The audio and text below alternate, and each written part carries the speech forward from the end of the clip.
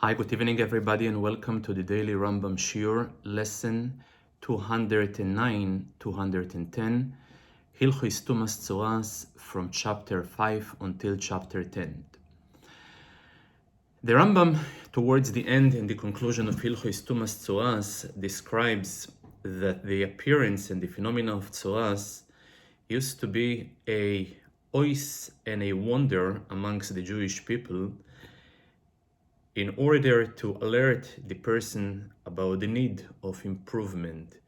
And the type of alert starts min hakal el hakovet, from the light stage until a more severe stage, and so on. Based upon this, we'll understand a very interesting text in the Torah regarding the rules of Hilchos Tzoras, where the beginning of the Tzoras, of the skin of the flesh, starts with the following text. Odom ki'iye be'ir besori.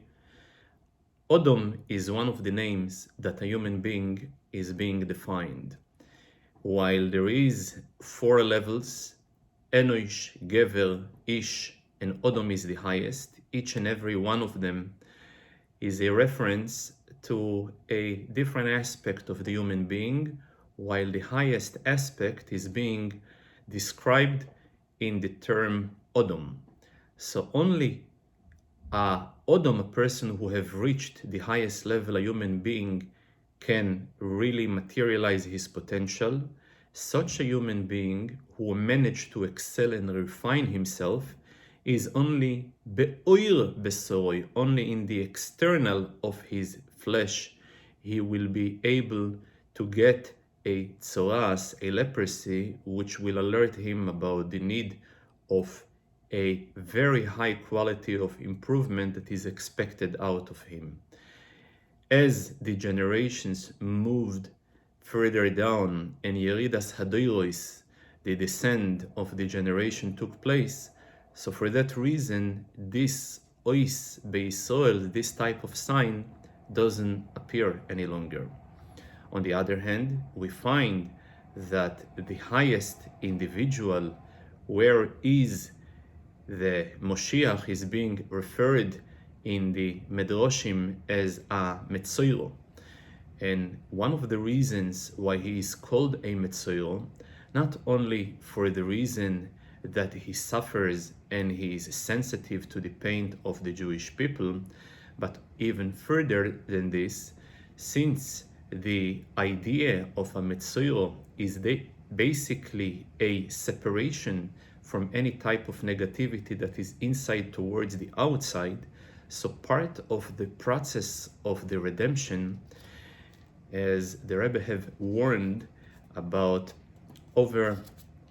about 40 years ago, it was at a time when the Rabbi said regarding what it is written in Daniel, before the coming of Mashiach will be a stage where isbareru veislabnu rabim, when there is a process of a cleaning, so then something that was dirty in the inside pops out to the outside, and the opposite. And the reason, because there is a cleansing process which will explain how come towards the end we will be surprised by people on one hand which we were not expecting for them to display any great positive behavior, and on the other hand we will be disappointment where from people which we were expecting from them much better. And the reason, because there is always, same way as there is toiv hane'elam, there is a hidden good and there is a hidden negativity. So while things are as usual, so those type of extreme positivity and negativity are not being floating on the surface. However, when there is a process of cleansing, so both of them, both the negativity and the positivity, are resurfacing, which explains how come even in these days specifically we are faced with so many unexpected events and phenomena phenomena both on the positive side and on the negative side.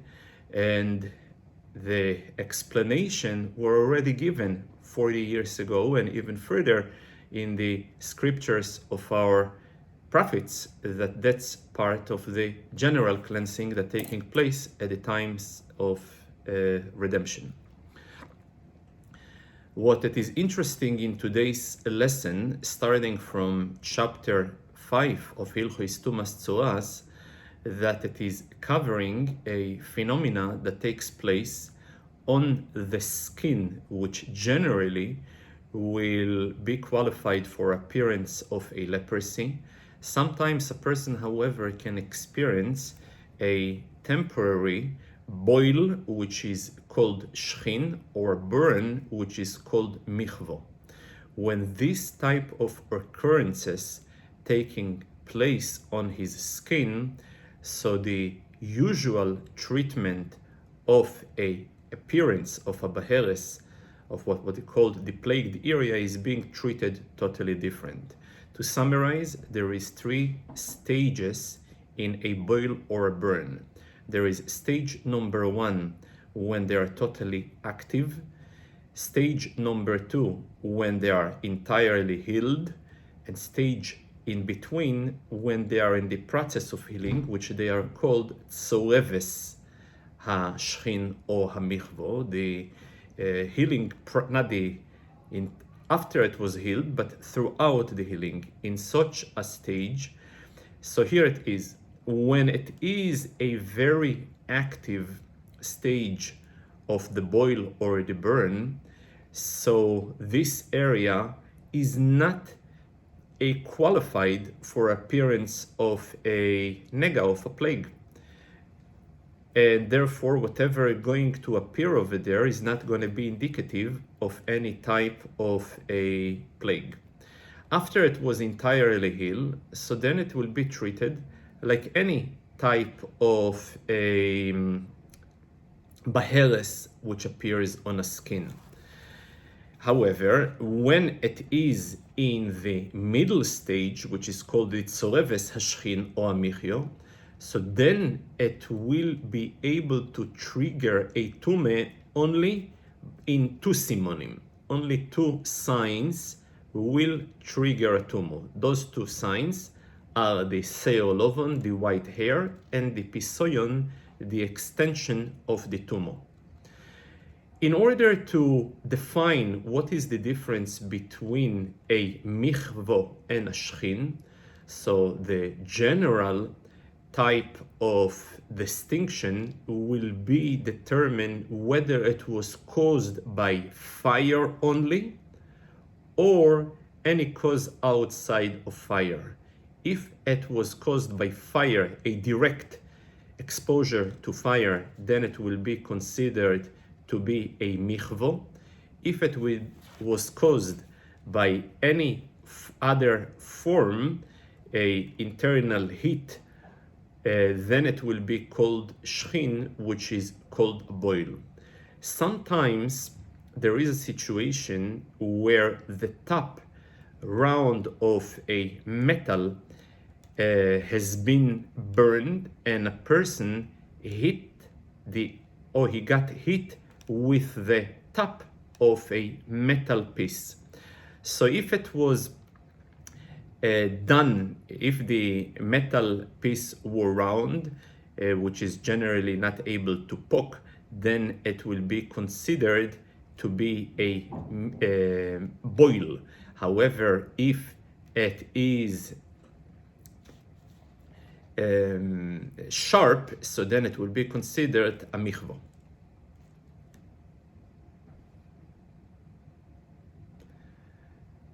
I'm sorry, if it is round, so then it will be considered as a burnt, and if it was not round, then it will be considered to be a shchin.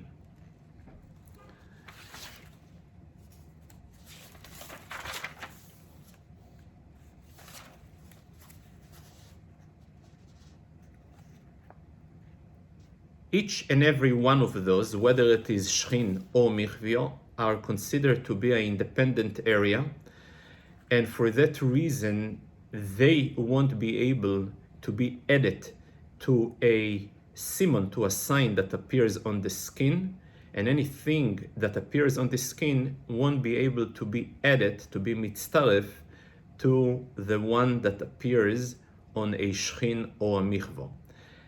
Also, if happen to be a shchin and a michvo next to each other, each and every one will be treated as a separate, independent territory, and they themselves won't be able to be mitztaref, accumulated and added to each other. Another subject that is being dealt in that chapter is what he called karachas oy gabachas. And basically, it is the literal translation of a karachas or gabachas is a bald area. The front area of the head, when it is bald, it's called gabachas. The back area of the head, when it is bald, it's called karachas. We are speaking over here about the area of the head, which in a normal situation, when a person is having hairs on the area of the head or the beard, the only type of signs which will be able to make him a leopard then is only the type of negoim which are called nesek, which we will be covering in the upcoming chapter. However, when the person is totally boiled, so then the actual treatment towards this type of negoim will be similar to the same treatment of negoim that appears on the skin of the flesh.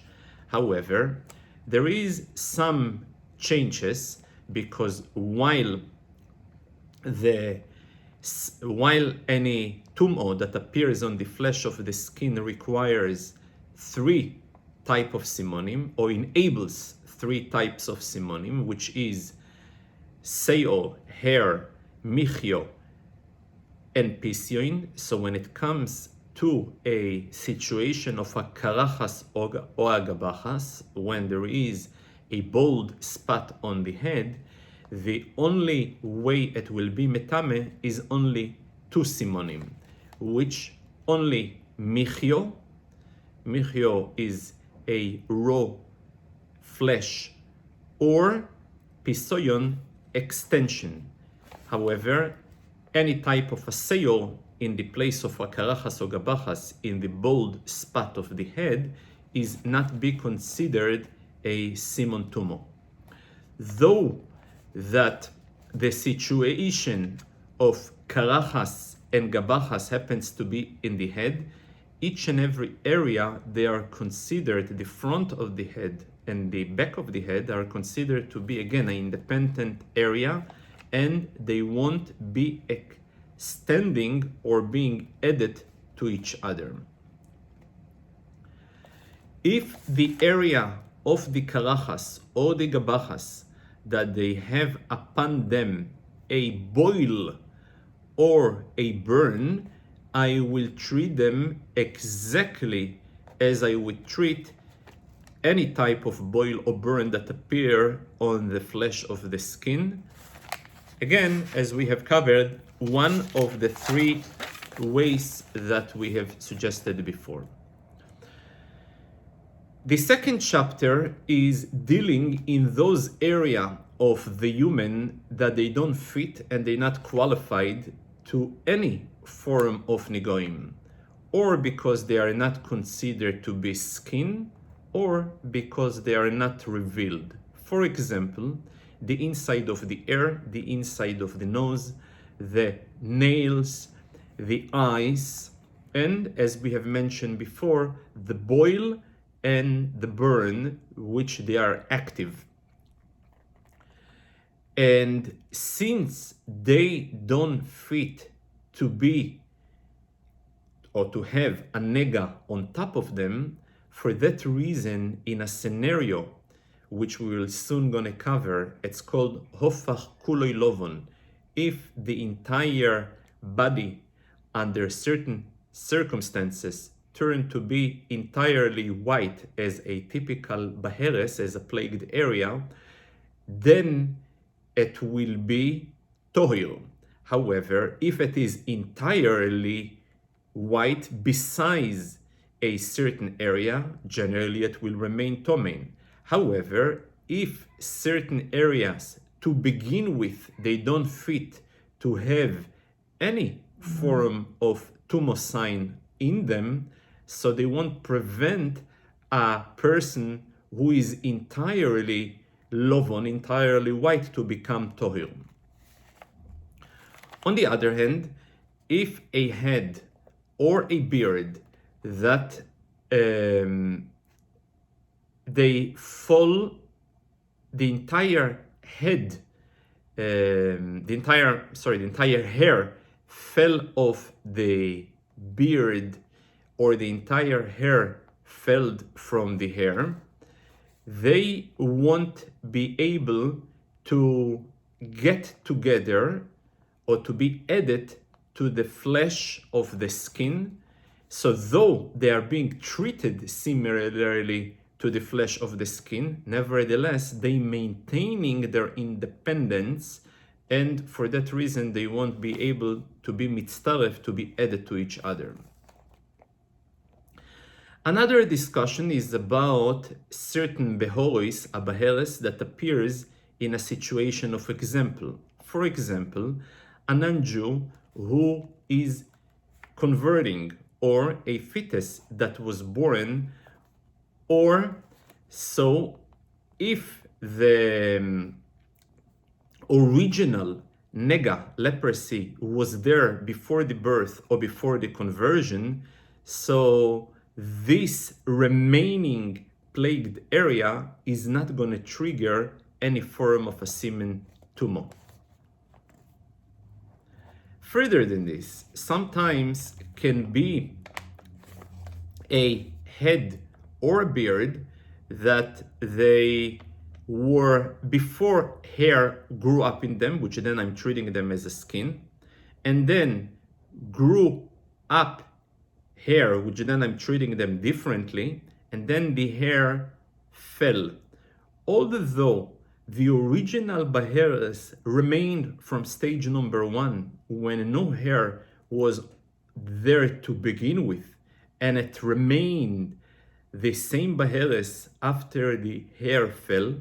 However, since in between was a time that those hairs were able to negate the importance of this so-called baheres, so this baheres will be viewed as a tohir, as a pure baheres.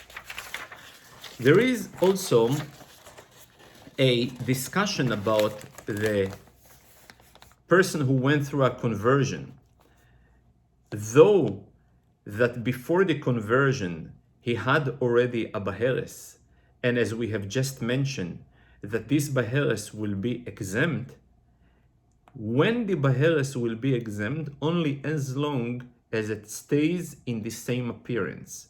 However, if the same baheres happens to get brightened or darker, but still within those four maois which are metame, then he will have to appear at the first kohen visit for inspection, in order for the kohen to determine whether he is tomei or not.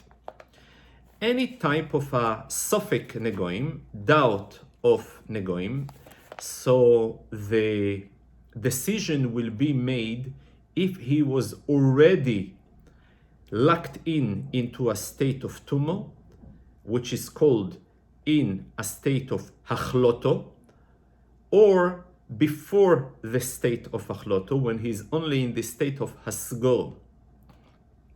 If he's in the state of hasgo, it will be tohir. If the sofek appears while he is in a state of hachloto, then the sofek will be tomei. Example, two people are coming to a kohen One of them happens to have a grease, and the other one happens to have a size of a sela. Both of them came for the first visit, and the Kohen made a hasgoro. After a week, both of them coming to the Kohen, and both of them have a sela. It is clearly that only by one of them a expansion took place, which is called the pisoyun, is called the siman tumo. But the Kohen doesn't remember or doesn't know which one of them. Since each and every one of them happens to be a sofek tomei, because maybe he is the original one who last week had a grease and now it's expanded to a sela. But nevertheless, since the sofek appears while they are in a state of hasgoro, the decision will be that will be tohir. On the other hand, if, for example, two people came to a kohen the first week, one of them have a grease and the other one have a sela. They came after a week. Both of them have a sela ve'oid.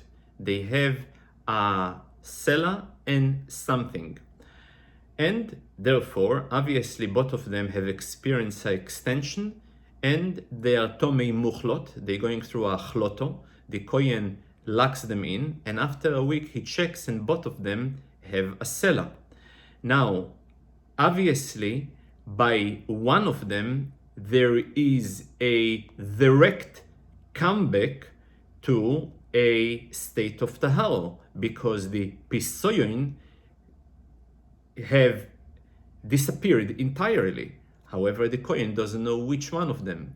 In this case, though it is again clearly one of them is tohir, since the Kohen doesn't know which one of them, and the sofek took place while they are in a state of achloto, not hasgoro, so the decision will be, since it is a sofek when it is in a state of achloto, sfeikoi will be tomei, will be severe.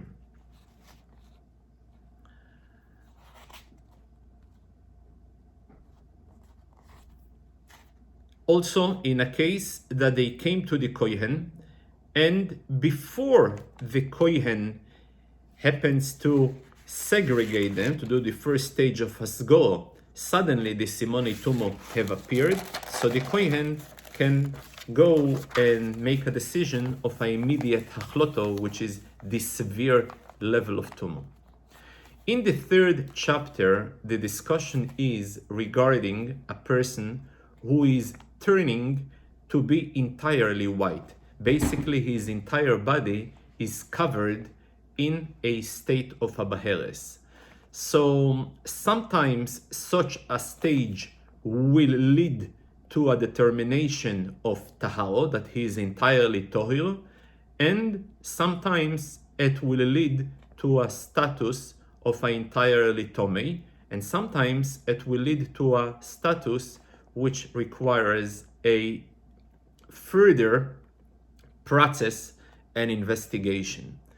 And the rule is like this: if he was already in a stage of tum'o, whether the tum'o of a hesger or a hechlet, and from this situation of tum'o, the next stage was a hofach kuloi lovon, he turned to be entirely white, then it will be tohir. However, if he was in a state of a hasgor and nothing happened, and the kohen have the second checkup determined that he is exempt and he is tohir, and after he sent him away, suddenly he turns to be entirely white, then this entire white makes him a Metzora. However, if he comes the first time to a visit while he is entirely white, I will view it as any type of baheres, which, again, if there is a michyo or a sei or lovon or a white hair, then I will be making him hachlote, I will machlit him, I will determine that he is tomei. If there is no semen tumor, I will bring him to a hasgo, and then I will see at the end of the week. If there is hair, I will make him hachloto. If there is no hair, I will be metaher, because nothing happened, there is no hair, there is no pisoyoin, because there is no michyo. However, if a michyo, which is a raw skin, appears in the baheres of a person who is entirely white, this michyo will make him tomei. And no matter whether the michyo appeared before he had the entire lovon or after, any form of michyo, as opposed to a white hair that requires to appear only after the baheres michyo, whether it appears before the baheres or after the baheres, makes him an entire tomei, even when a person is entirely lovon. We have learned before about Roshei Ivorim, the heads of the 24 organs, that they are not going to be metame, since there is a technical fulfillment of vero'o lechol mar'ei einei hakohen cannot be achieved. So therefore, there is no way, or generally there is no way, that baheres kigris will appear on one surface, one level of the surface. Nevertheless, even those Roshei Ivorim will prevent someone who should be kuloi lovon, but only thanks to the so-called Roshei Ivorim, he is not lovon, so they preventing him from becoming tohir. When it comes to a boihak is basically a benign area that is not really a michyo, and it's not a typical oir bosor, it's somewhere in between, and therefore it has a so-called interesting stage. For example, if there is a boihak in any area of the body, this boihak will prevent him from becoming tohir in case that he's hofach kuloi lovon. In case a person is entirely white, but there is an area of a boyak out there, so this particular boyak is preventing him from being tohir. However, if he was already extended the white to the entire body, and then suddenly after that a boyak have came from outside, so this outside appearance of the boyak not going to seize this state of the taharo that he is already in. Since there is an open text of the Torah, it says only beyoim herois boibosor chai itmo, only when there is a full live raw flesh he will be tomei, not a boyak. There is a direct correlation between somebody who is roi, fits to be tomei, and the extension of kuloi lovon. For example, the area of the head or the zokon, which is generally in case a person is not bald, they don't fit to a typical nega of ir habosor, leprosy of the skin of the flesh. They won't prevent from somebody who happens to be kuloi lovon besides the area of the roish or the zokon, the head of the beard, he will be able to gain the privilege of a status of kuloi lovon. There are sometimes situations when a person is a procrastinator and he will win from being procrastinating, and sometimes the opposite will let him lose regarding when he is turning to be a kuloi lovon. The general rule, if he is already in a state of tumo, sometimes by him procrastinating will lead for a benefit, since his procrastination will lead him to appear to be kuloi lovon, and then as a result will lead him for a total release and liberation from tumo. And sometimes The opposite, if a person is in a state of taharo and he is procrastinating his visit to the kohen until he turns to be entirely lovan, and the first visit by the kohen sees him that he is lovan and make him a decision to lock him up as a tomei. Now we'll be moving to lesson 210. The first chapter deals with the area of the head and the beard which are populated with hair. Contrary to what we have covered previously, when the head and the beard are clean from hair due to a bald situation that a person is experiencing. So in a case where a person actually having hair upon his head and hair upon his beard, so their simon tumo will be called nesek. And this is a area of a grease which is the prerequisite for a simon tumo. Nesek is a clean area, clean of hair that appears in the beard or in the head, and this is the prerequisite. What is the actual simon tumo, the sign of tumo, can be or a yellow hair or a extension of the nesek, again, an extension of a clean area. The time of hasgo, segregation, is 2 weeks, similar to the oir basar, to the skin of the flesh. What will make him tohir is or the appearance of the yellow hair or a appearance inside the clean area of black hair. A hachloto, which means a final determination that he is in the most severe state of tumo, will take place when there is no hair and there is a yellow hair which is not too long but long enough in order to bend the head of the hair to the bottom of the hair.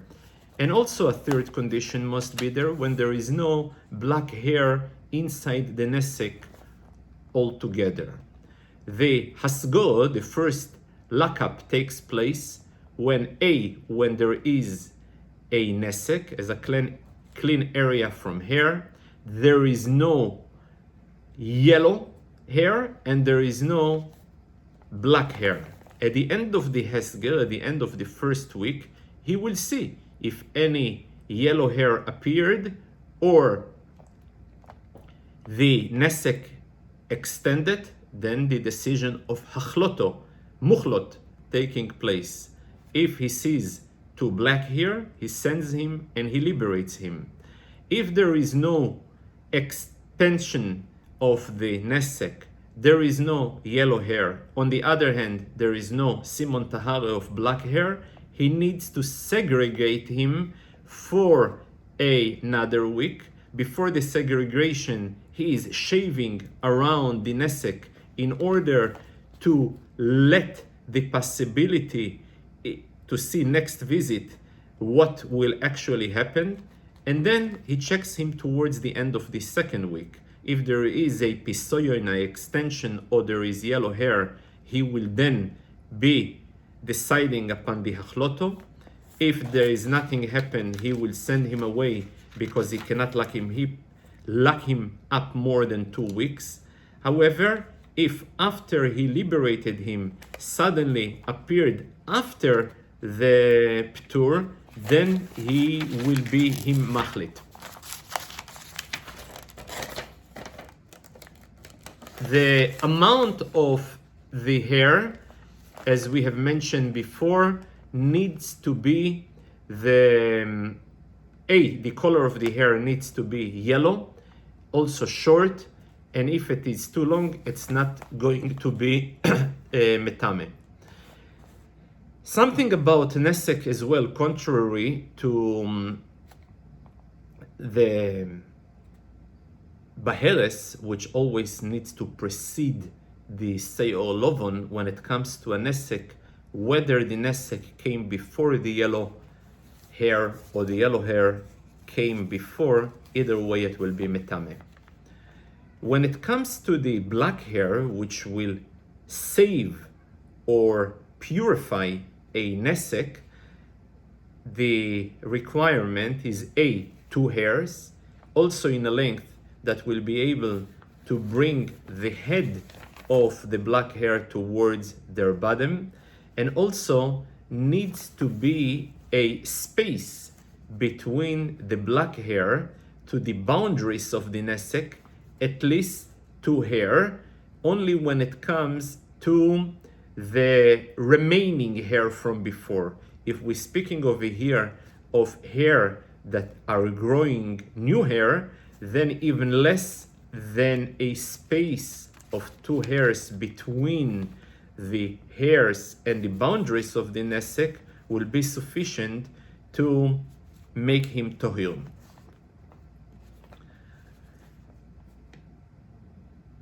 As we have mentioned, needs to be black hair. Any other color is not acceptable, and for that reason, if it grew up any other color besides black, it will maintain the Tome status. Sometimes there is a situation where a certain problem can be turning to a solution. For example, there is 2 nesokim, 2 spaces of a nesek, that amongst them there is a separation of black hair. And then a situation has occurred when some of the hairs of the fence, so-called fence, the black hair that's separating between one nesek to the other, have fell.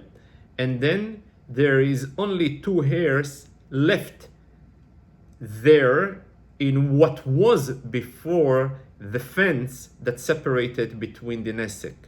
So now we have, instead of 2 nesokim, 1 big nesek, where in their center there is 2 hairs. So now what it became right now, 1 nesek, and in the center black hair, that those black hair are turning to a solution of tahare of the nesek and makes him pure.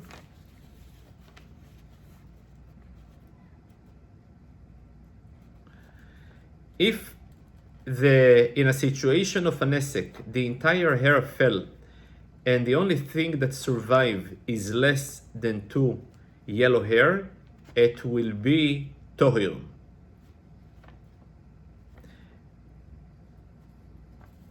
And in that situation, it will appear whether a person will be tohir in a case of a nesek, whether it took place in a state of hesgel or in a state of hechlet.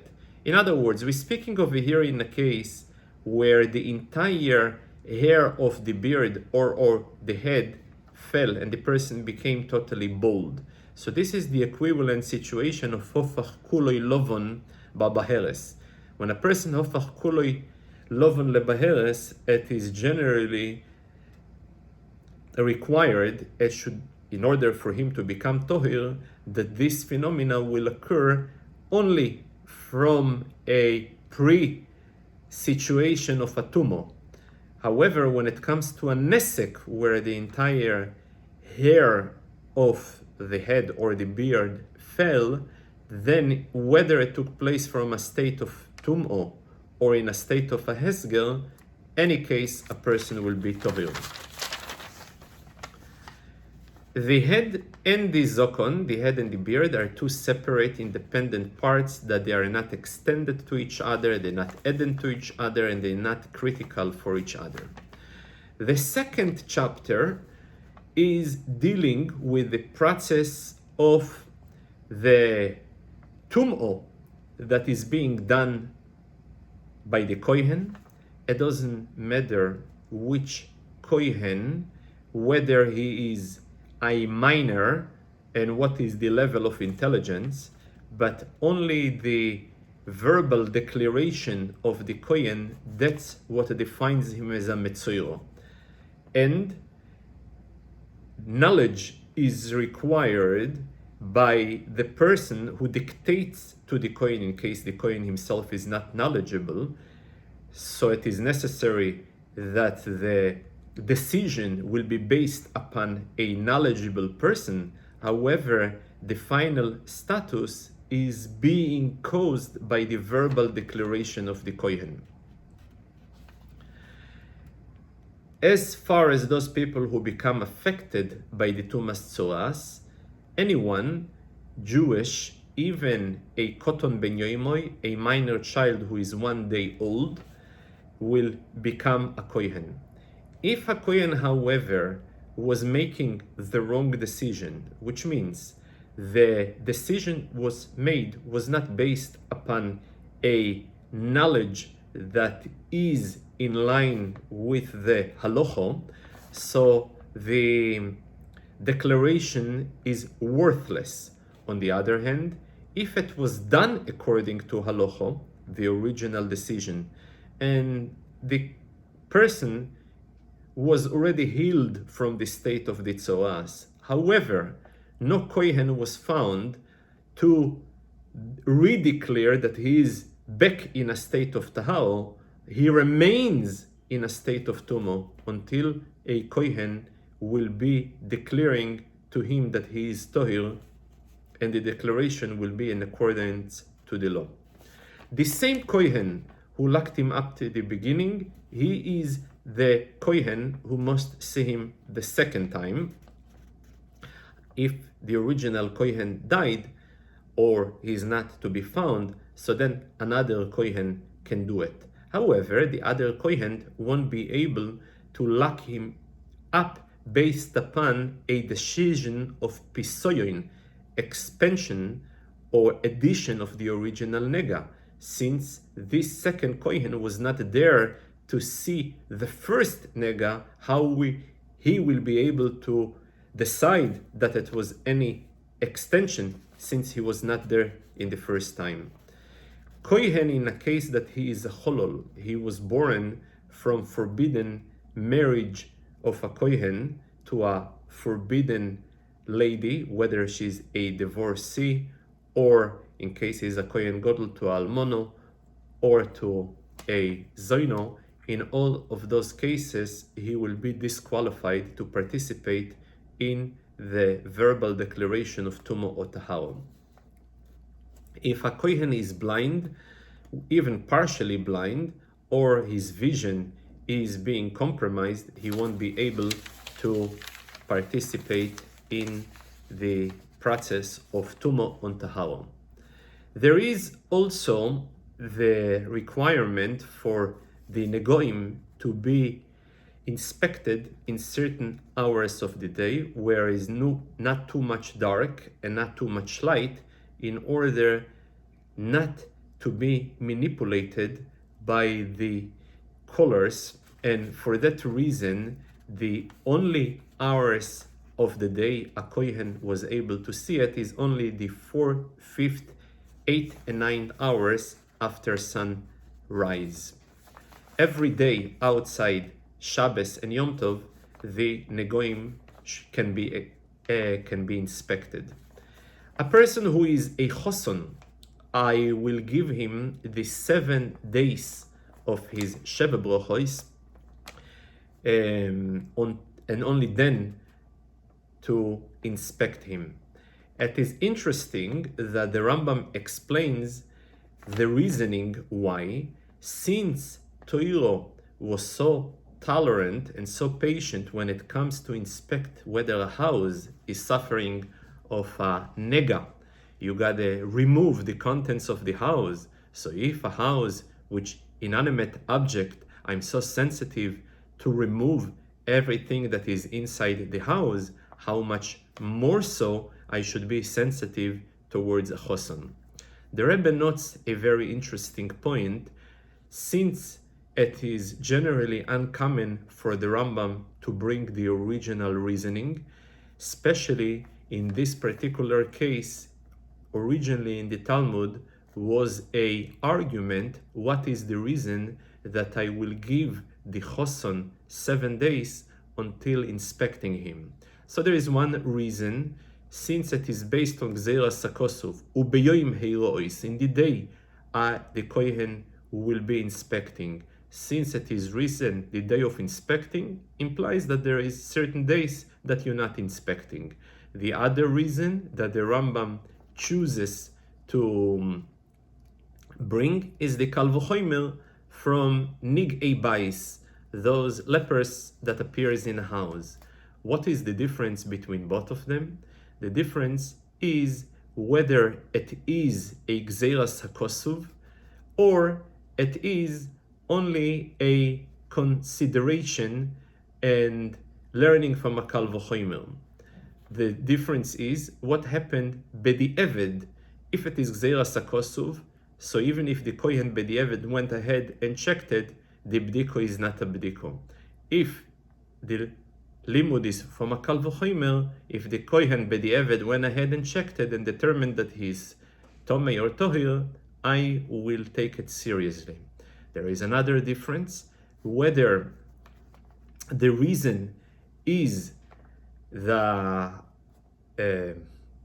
respect that I'm paying only to a individual, or I will pay also to those objects that are not directly related to the individual, like Kalim, which represents items that are not in Kedusha.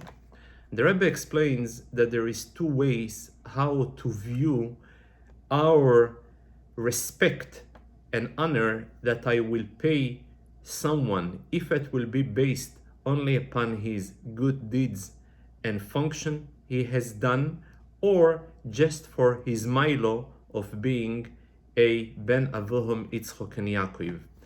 And the time that I will honor him due to the respect that was given even to Divrei Harshus is more leaning towards the honor that I'm giving him, just not what he has done, but what he really is, the chavivus, what he really is. And for that reason, the Rambam is meramez that is being learned from a Kal V'chomer of the respect that is being given even to Inyonei Horeshus, which implies the respect not only mitzad the mitzvahs and ma'asim tovim, but only mitzad the fact that he is just Israel.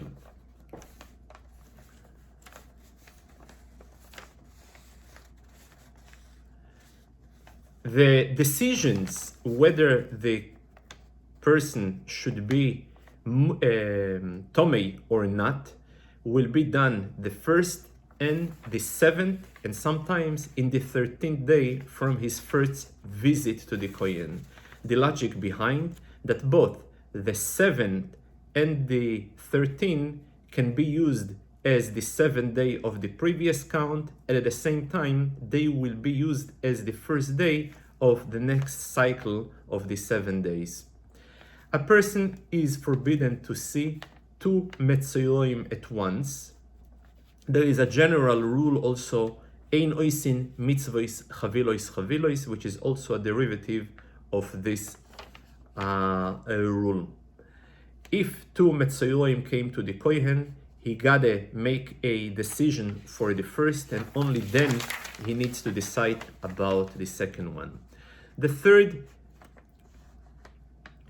chapter is dealing about a prohibition and the consequence of lashes that is being given to someone who removes or cuts the simonim of tumo. However, in order to be subject to a punishment, you gotta be effective in your action. For example, if to begin with it was not a real siman tumo, or even on one hand, or the other extreme, that even after cutting, uprooting the siman tumo, there is still a tomei status remains, so in both cases his action were not really effective, or because he was not tomei to begin with, or even after what he was doing he remains tomei. So in either case he's not going to be subject to Malchus. For example, if a person was having 3 white hairs in the Baheres and he chopped one hair, so even after he chopped one hair, he is still Tomei. Or, so in this case, he didn't do anything because he remains Tomei anyway. Or the opposite, it was 2 hairs, and simultaneously, while he was chopping one, and on its own, by act of God, the other hair fell. So in such a case, even if he would not be doing anything, it would be uprooted in the act of God. So for that reason, in those 2 above mentioned cases, he will be exempt from any consequence of punishment and malchus. If a person was having a heavy pole on his shoulder and he was not intentionally having in mind to remove the hair, but it was removed on its own, he will be exempt like any type of adover she'einu miskaven. If a person in the place of his circumcision, he has a tzara'at, he is allowed and it is permitted for him to cut the tzara'at.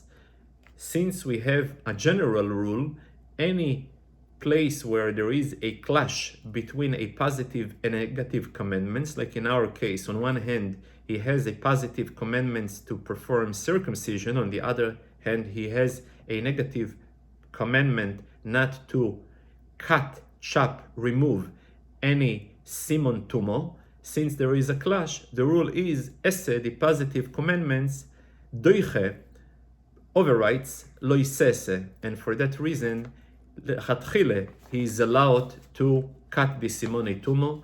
Further than this, in case that he was in a state of a Metzora muchlot, then his removal of the simon, which was done deliberately, since he was under the instruction to perform the circumcision, will lead him also to bring the korban Metzora. In addition to the customs that a Metzora is performing while he is a Metzora, for example, he needs to grow his hair, he needs to tore his garment, he needs to inform everybody that he is a Metzora in order for people to keep the proper distance. He's also performing some of the mourning customs. For example, he's not taking a laundry, he's not taking a haircut. Since the Torah is written that al sofo miyate, the interpretation that our sages interpreted this text, means that his lips should be attached to each other, he should not speak. However, he will be allowed to teach and to pray. On the other hand, intimate relations at the time when he is tomei is permitted.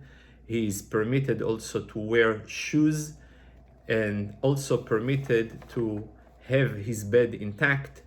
The location where he should be staying generally, he will be outside the city, only in those cities which surround it in Israel with a wall, which is specific cities which happen to be a wall from the time of the original entry to Israel.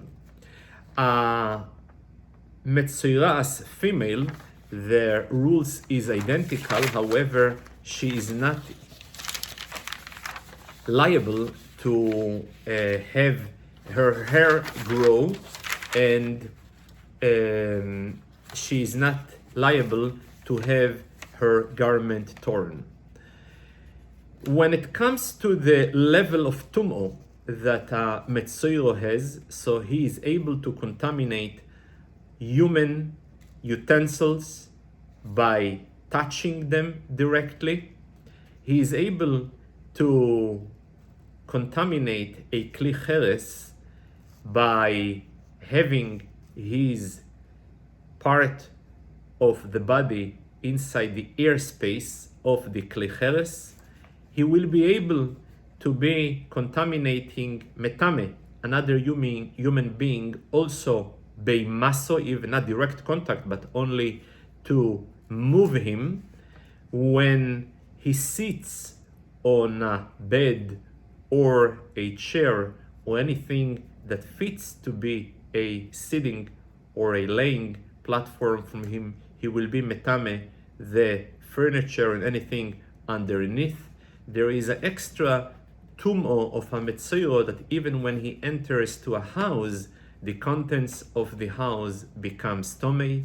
Further than this, if a Metzora happens to be parked, sits or stand still under a tree, and another individual passed by the tree, the fact that he was actually spending even a fraction of the time under the same tree that a Metzora was under makes him tomei as well. Thank you very much and have a great week.